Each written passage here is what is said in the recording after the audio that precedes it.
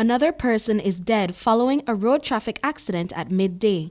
Since the beginning of the week, at least 3 people have died in a fatal collision. Today, while traveling in opposite directions along the George Price Highway, 2 vehicles collided, injuring 5 people and killing at least 1. Marvin Virula was among the first responders to arrive on the scene. He tells us how he stopped to offer his assistance. When I just get here, I just see that smoke from this vehicle may come, I guess, because the radiator may broke up and so, right? So, just, they want them to look really, really bad, and they want them still need to be assisted, right? So, they may have our next pickup truck and an older guy and a younger guy where may assist to. They bring them out and try to give them shades and so on. They actually ban one of them up, because of the injury we had.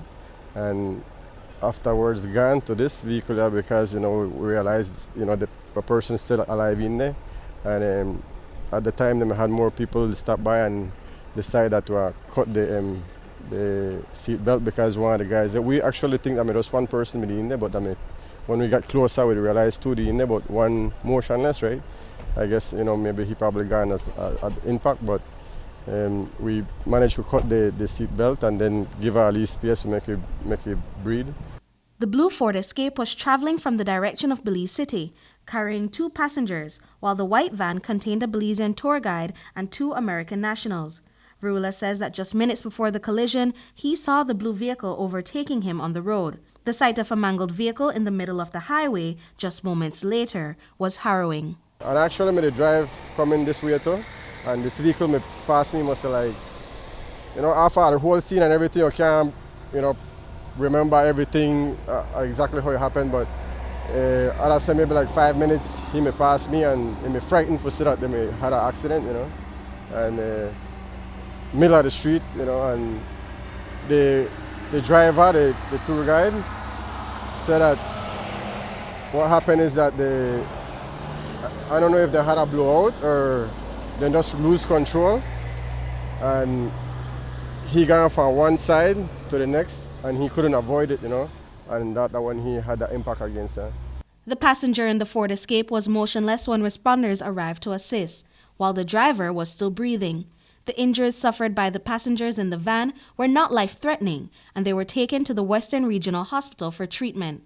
Due to the accident, traffic was backed up for over an hour, stretching the length of Mile 36.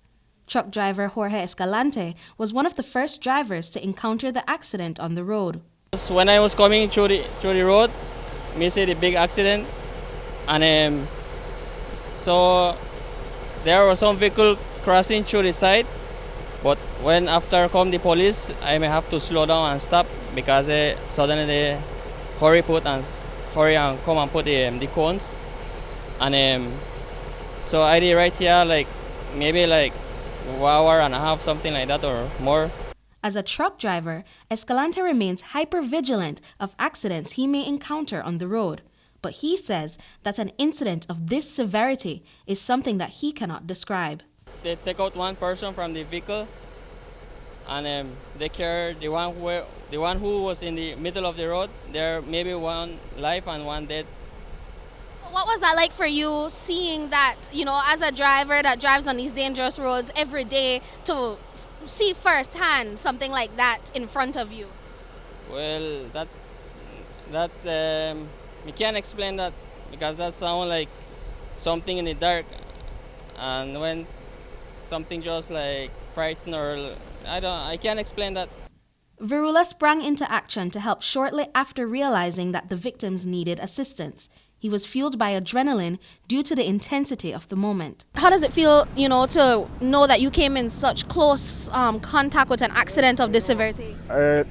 Like I tell you, when you run into the things there, actually me gone live, and then I cut off my life for actually assist. But within that, I try, bring back memory to exactly what point them passed me, and I can't remember, because of so much, too much excitement of seeing this thing, and well, it's sad, to see things like that, because as we get there, you see the person, they bleed a lot. Like I said, you could clearly see that the driver is still alive, but that you could see that they need assistance like right away.